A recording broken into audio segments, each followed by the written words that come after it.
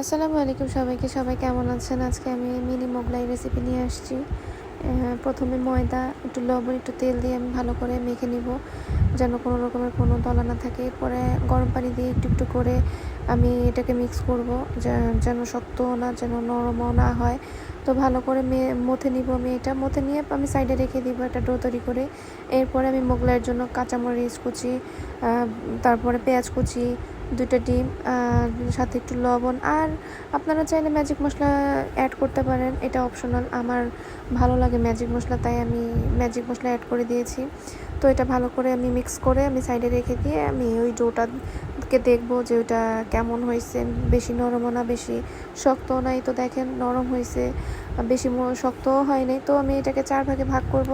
আমি 4টা মোগলাই বানাবো, এই জন্য একটু বড় বড় সাইজের, অত বেশি বড়ও না অত বেশি ছোটও না, মানে মিডিয়াম সাইজের। তো এই তো আমি মোগলাই বানানোর জন্য প্রথমে আগে রুটি বানাবো। তো রুটি বেলে নিব আমি। রুটি যত বড় বেলা যায় ততই ভালো, মাঝখানে আপনার পুরটা ভালো করে দেওয়া যায়। তাহলে আবার বেশি পাতলা হয়ে গেলেও ওইটা ফেটে বের হয়ে যায়, আর বেশি মোটা হয়ে গেলেও ভাজতে অসুবিধা হয়। তো এমন সাইজে রাখতে হবে যেন প্রপার ভিতরে সিদ্ধ হয়, তো ভিতরে যেন কোনো রকমের কোনো কাঁচা না থাকে।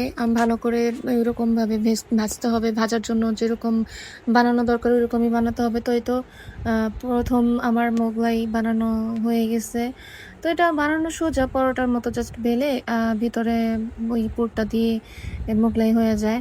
তো এই তো প্রথম মোগলাই আমার হয়ে গেছে। দ্বিতীয়টা এইভাবেই সেমভাবেই বানাতে হবে।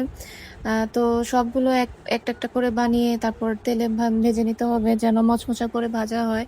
তো এই তো দেখেন গরম তেলে আমি সবগুলো ছেড়ে দিছি। তো এই প্রথমে 2টা ভেজে নিলাম। তো 2টা ভাজার পরে আমি বাকিগুলো ওইভাবেই ভেজে নেব গরম তেলের মধ্যে।